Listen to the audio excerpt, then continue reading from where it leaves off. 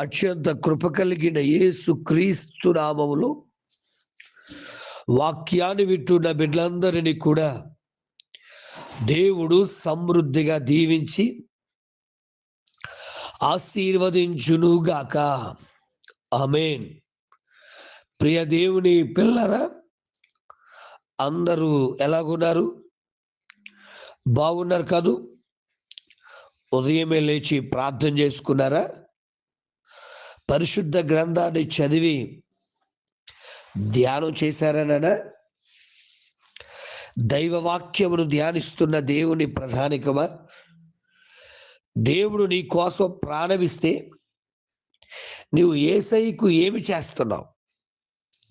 ఎందుకంటే ఈరోజు చాలామంది క్రీస్తు రక్తంలో కడగబడి ఇంకా రహస్య విశ్వాసులాగానో లేక ఏదో ఆదివారపు ఆరాధనకు మాత్రమే పరిమితమైపోయి దేవుడికి ఏదో చేసినట్టుగా ఫీల్ అయిపోతున్నారు.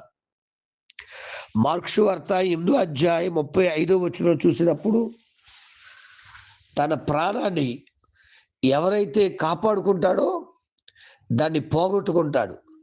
తన ప్రాణమును యేసయ్య సువార్త కొరకు ఎవరైతే పెడతారో ఆ ప్రాణాన్ని వారు కాపాడుకుంటారు, రక్షించుకుంటారు.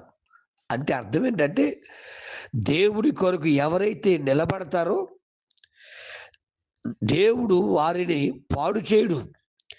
ఏ శత్రువు వచ్చినా, ఎలాంటి వాడు వచ్చినా తన ప్రాణాన్ని తీయడానికి దేవుడు వారికి అవకాశము ఇవ్వడు. ఆలోచన చేద్దాం.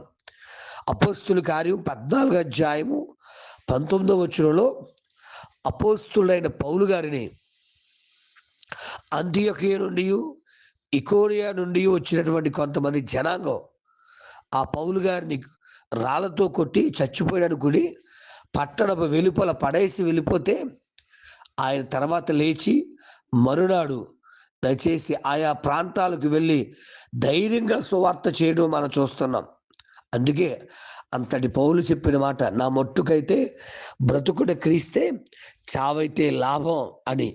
ఎందుకో తెలుసా? తన ప్రాణాన్ని కాపాడుకుంటే, తన ప్రాణాన్ని అలాగా భద్రంగా చూసుకుంటే ఎలగపోతుంది. అదే క్రీస్తు సువార్త నిమిత్తం వాడితే ఎవ్వడు ఏమీ చెయ్యలేడు అనే ఆలోచన అపోస్తులైన పౌలు గారికి ఉంది. అందుకే ఫిలిప్పీ 1:21లో నా మట్టుకైతే బ్రతుకుట క్రీస్తే, చావైతే లాభము అని చెప్పగలిగారు. వాక్యం వింటున్న దేవుని బిడ్డ, యేసు రక్తంలో కడగబడిన ప్రియ కుమారుడ కుమార్తె, దేవుని బిడ్డను అని చెప్పుకున్న నీకు పౌలుకున్న తెగింపు నీకుందా? సువార్త కొరకు ప్రాణం కూడా పెట్టడానికి తెగించిన వ్యక్తిగా మనకు అపోస్తులైన పౌలు కనబడుతున్నాడు. అర్థం చేసుకుందాం. సువార్త కొరకు ప్రాణం పెట్టే వ్యక్తిగా ఉన్నావా? లేక ప్రాణం కొరకు సువార్తనే విడిచిపెట్టేసేసి పారిపోయేవాడుగా ఉన్నావా? ఒక్క నిమిషం ఆలోచించు దయచేసి. మార్కు వార్త 15వ అధ్యాయము, మార్కు వార్త 15వ అధ్యాయము 43వ వచనం చూసినప్పుడు, అరిమతయి యోసేపు ధైర్యంగా పిలాతు దగ్గరికి వెళ్ళి తన ప్రాణానికి తెగించి, యేసయ్య దేహం నాకు కావాలి, యేసయ్య దేహం నాకు కావాలి అని అడిగి ఆ దేహాన్ని తెచ్చుకున్నాడు. శిష్యులందరూ పారిపోయారు, కానీ అరిమతయి యోసేపు తెగించాడు ప్రాణానికి. అవసరమైతే నా కొరకు ప్రాణం పెట్టినటువంటి యేసయ్య కొరకు నేను చచ్చిపోయినా పర్లేదు అని తెగింపు స్వభావము అరిమతయి యోసేపుకుంది. మళ్ళీ చెప్తున్నానండి, సువార్త ప్రకటించుట కొరకైన తెగింపు నీకుందా? యేసు దేహమును తనకిమ్మని తెచ్చుకున్నటువంటి అరిమతయి యోసేపు లాంటి తెగింపు నీకుందా? ఇశ్రాయేలీయులందరూ భయంకరమైన యుద్ధము చేయకుండా గొలియాతును చూసి పారిపోతున్నప్పుడు ఇశ్రాయేలీయులకు రక్షణ తేవడానికి తన ప్రాణానికి తెగించిన వ్యక్తి దావీదు. మొదటి సమూయేలు గ్రంథం 19వ అధ్యాయం 5వ వచనంలో దావీదు తన ప్రాణానికి తెగించి గొలియాతును ఓడించాడు కాబట్టి ఇశ్రాయేలీయులకు దయచేసి రక్షణ తీసుకురాగలిగాడు. అంతేకాదండి, ఎస్తేరు గ్రంథం 4 అధ్యాయము 16 వచనంలో మనం చూసినప్పుడు ఎస్తేరు తన ప్రాణాలకు తెగించి అవసరమైతే నశించిపోతాను, మీరందరూ ఉపవాసం ఉండి ప్రార్థన చేయండి అని చెప్పి ప్రాణాలకు తెగించి తన యోధా జాతి మొత్తాన్ని రక్షించుకుంది. నీ వీధి, నీ పేట, నీ గ్రామం, నీ కుటుంబం రక్షణ కొరకు అటువంటి తెగింపు నీకుందా? దయచేసి ఆలోచించండి. మళ్ళీ గుర్తు చేస్తున్నా, పౌలు భక్తుడు సువార్త కొరకు ఒక తెగింపు కలిగి ఉన్నాడు. యేసయ్య దేహము తనకిమ్మని ఒక తెగింపు కలిగిన అరిమతి యేసేపులాగా, తన జాతి రక్షింపబడాలని ఒక దావీదు, ఒక ఎస్తేరులాగా తెగింపు మనకుందా? ఆనాడు వారు తెగింపు కలిగి ఉన్నారు కాబట్టే దేవుని కొరకు నిలబడారు, దేవుని కొరకు సాక్షిగా ఉన్నారు, దేవుని అద్భుత కార్యాలు చేశారు, పొందుకున్నారు.